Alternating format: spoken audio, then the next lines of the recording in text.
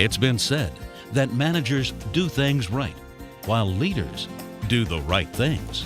If this is true, then the ability to delegate the right things to the right people has to be one of the most critical skills of leadership. To help us take the 7 steps to effective delegation, we'll hear today from Bob Johnson. Bob Johnson has trained thousands of managers on 5 continents. When he shares management techniques and strategies, you know he's not speaking from theory, but from practice. He's been there. Listen as Bob Johnson explains the 7 steps to effective delegation. 7 steps to effective delegation. How do leaders build champions through effective delegation? Well, that's what the purpose of this session is all about. To sharpen our skills in effective delegation, resulting in more committed, loyal, and results-producing team members.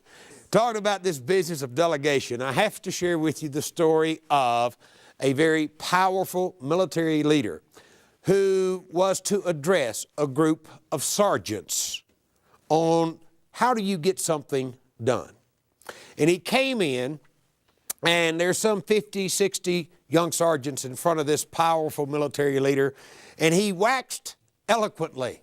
He spoke eloquently for over an hour on the process of getting things done. He then gave the sergeants an assignment. He gave them an hour to complete it, and the assignment was very simple. He said, "Gentlemen, you have laying outside in the yard a pole 30 feet long. The pole is about 20 to 25 inches in diameter. You have a hole that is 6 feet deep. Would you please in the next hour outline the process by which you would get the pole into the hole? You have 1 hour to complete the assignment." And the general stood and he watched him for a moment. He noticed that one of the sergeants grabbed his pen, wrote out about that long, 1 sentence, turned his paper upside down, put his pen down, and sat back and took a nap for the rest of the hour. Everybody else was working diligently. They had slide rules out, and they had their little pocket computers out. They had everything going. They worked and worked and worked and worked. Finally, the hour was up, and the general knew who he was going to call on first. And he said, "Now, gentlemen, I've watched and everyone has worked diligently for an hour on this project, but I noticed that we have one very smart, bright person in the room," and he kept looking at this guy, "who has got the perfect answer, because he finished the assignment in about 7 seconds. And he looked at the sergeant and he said, "Would you please stand, sir, and read out loud so all of us can learn from your wisdom the process by which you would complete the task?" The sergeant stood, picked up his pad, and read, "Private, put that pole in that hole." Why get bogged down with process if you've got a focus on the end result? You know, keeping everyone on the team totally focused on the end result is critically important to achieving our goals and our objectives. Many years ago, during the Spanish-American conflict, the then President McKinley of the United States needed desperately to get a message to a gentleman by the name of Garcia. No one knew where he was except that he was somewhere in Cuba. How to get the message to him became the big problem. And one of President McKinley's assistants said, "If there is anyone who can get the message to Garcia, it's a man by the name of James Rowan." James Rowan was summoned. He met with the president and was told he needed to get the letter to Garcia. Now, the story about how James Rowan sealed the letter in an oilskin pouch, strapped it to its chest, landed by night on the shores of Cuba, and traversed his way through the jungles and found Garcia, and in fact delivered the message, is not the point of the story. The point of the story is the fact that James Rowan did not ask, "Well, where is he? How do you spell it? Are you sure that he's the person I need to give it to?" Etc., etc. He simply took the message, said, yes, I will deliver it, and then did. How can you and I build a team of people who are that focused on getting the message to Garcia, that focused on moving you and your organization toward the attainment of your goal for this year? That's the critical issue of the story. How do you delegate and get things done in a simple, easy, powerful way and build trust and commitment and confidence in your people? We're going to look at a simple 7-step formula for doing that. Before we look at that formula, let's look at a definition, a working definition for what exactly is delegation. Would you take 60 seconds and jot down, please, your best definition? What is delegation? Define it, please.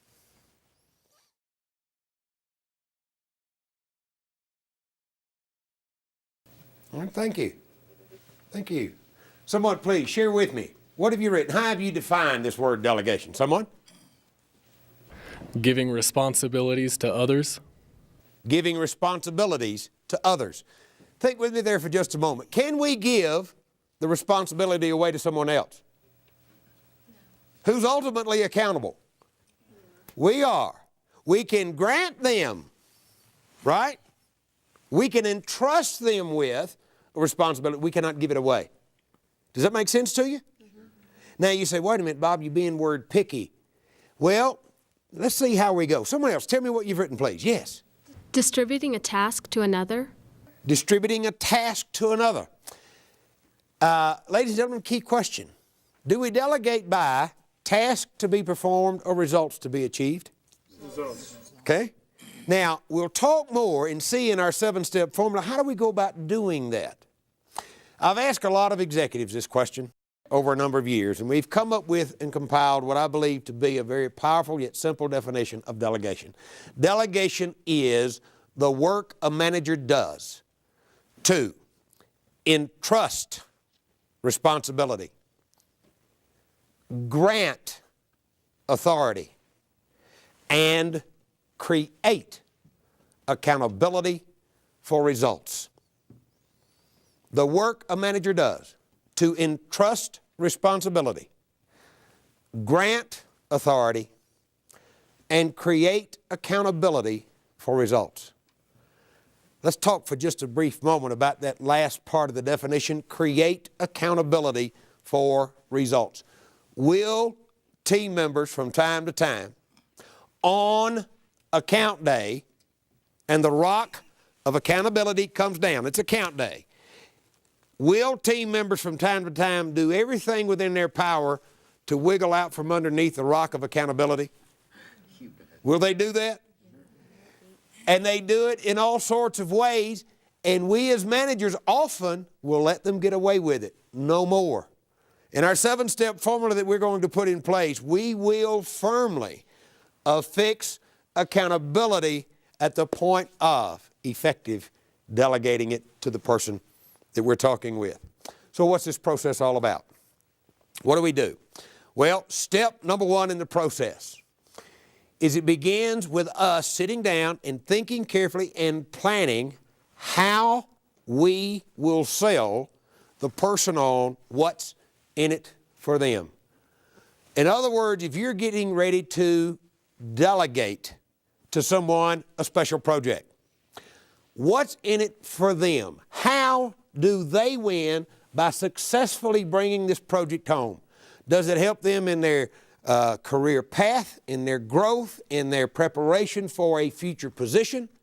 We need, before calling the person in and beginning the actual process, our first step is to sit, think, and plan what's in it for them. And if we can stop and think what's in it for that person, it enables us to empower them as we get into the actual process. Step 2, when you call the person in and you sit and begin the conversation, you must clearly define the results to be achieved. Do not, I beg you, please, ladies and gentlemen, do not start in telling them how to do the job. Maintain a focus on the end result. Paint them a picture of, once this project has been successfully completed, what it looks like, what does it sound like, what does it smell like, and how does everyone win. Once you've done that, and you've got clarity on the end result, the third thing you do is you must clearly define the rules and limits within which they must operate in order to bring this project home. As an example, you may spend up to a maximum of X amount of money. Let's say that, for the sake of an example, that they can spend up to X amount of money, and you say to them that you have total authority to spend that much money in total, and you may sign off on any single expenditure up to B amount of money. If it goes over B amount, you come to me because I want to sign off on that with you. But from 0 up to B, any money that has to be invested, you can invest. But you may not exceed X, etc. Am I clear? You must clearly define the rules and limits, make sure they're understood. You need to also have a discussion with the person to whom you're delegating what the performance standards are going to be. Now, performance standards are nothing more than a few statements which define the conditions which will exist when the special project has been completed satisfactorily. It is a set of conditions which are written in specific and measurable language. You need to discuss those performance standards with the person to whom you're delegating. Step 5, you ask them for a plan of action. You say, wait a minute, Bob, hold it. Time out here. You mean you want me to ask them to bring me a plan? I'm the manager. I'm just going to tell them how to do it. Now, ladies and gentlemen, key question. Will you work harder to make your plan work, or will you work harder to make somebody else's plan work? Oh, you'll work harder to make your own plan work. Is that correct? Suppose I'm talking with George, and I've sat and I've talked with George about how he wins, and I've explained to him the results that we're after. We've talked about the rules and limits, and we've looked at the performance standards. And I say, George, this is Wednesday. Would you please give it some thought between now and Friday mid-morning? You and I will sit down Friday mid-morning and have a coffee together and go over the plan that you've put together to make this strategy work. So George says, fine. What have you just done for George's confidence when you, the boss, say, George, I trust and believe in you enough that you can effectively plan how to bring this strategy home? Does he feel better as he walks away? Sure he does. Now then, Friday morning, and George walks in. And he says to you, boss, I've worked out a 5-step plan, and I think what we need to do is A, B, C, D, and E. Now, you know, because of your previous experience doing that job, that if he does A, that's good. If he does B, that's good. But if he does C, he's going to run this project over in a ditch and kill it. So what should you do? Should you look at him and say, George, you can't do C, that's totally wrong. I expected more of that out of you, and that is that what you should do? No. No. Why not ask George? George, let's talk about C for a minute. Why have you decided to do that step? And George says, because of this and this and this and that. Now, George hasn't the experience that you have. He doesn't know that he's about to run it in the ditch and cause real problems for the sales department if he does that step. So you don't need to tell him, you just need to ask him, well, George, in doing step C, what impact do you think it'll have on our team in making that happen? Oh, it'll be good, it'll do this and this and this. He says, fine. George, how will that impact the guys over in the sales department? And he says, well, I hadn't thought about that. So George now sees that if he does this, he's causing a problem over there. At that point, we then can offer a helpful suggestion, such as, George, have you considered trying this approach? or that approach?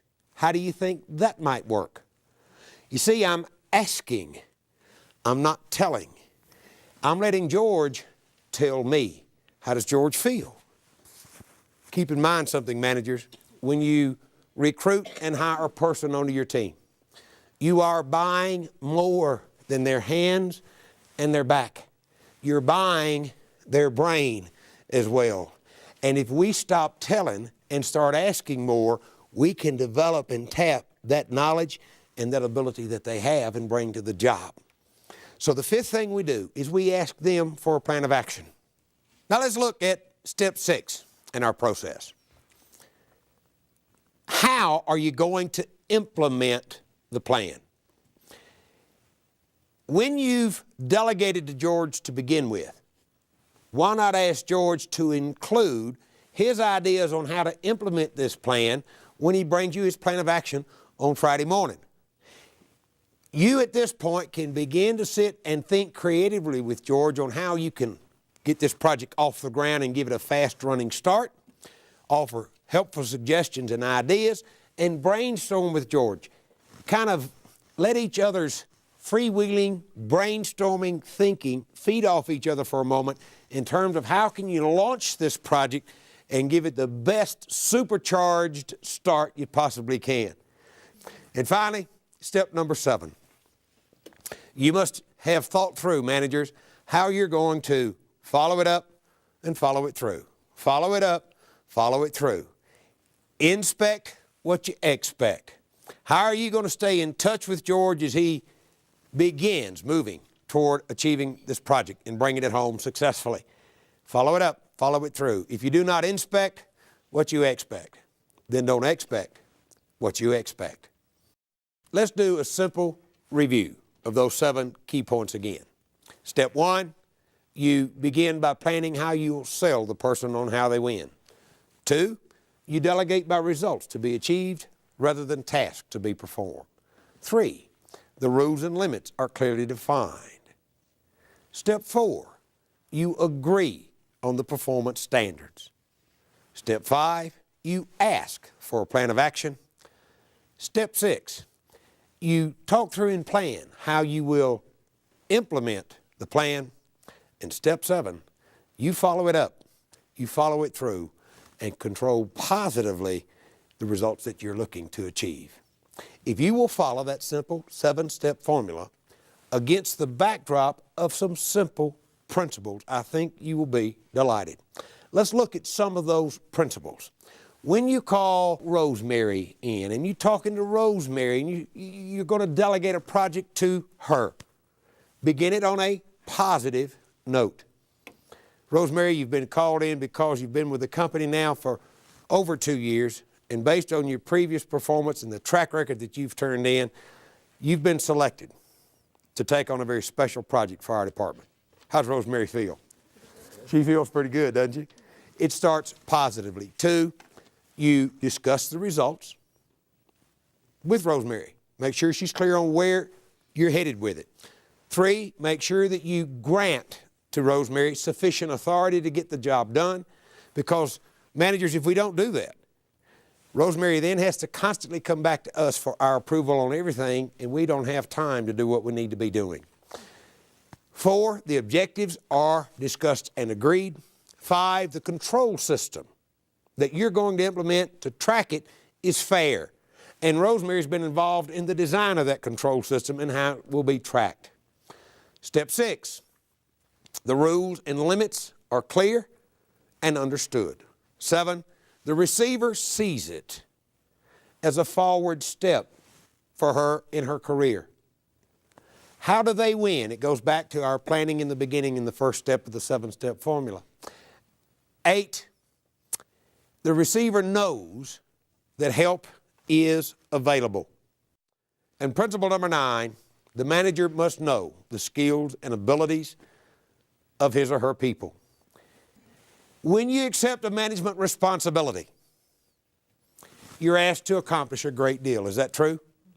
You're asked to accomplish something far greater than you.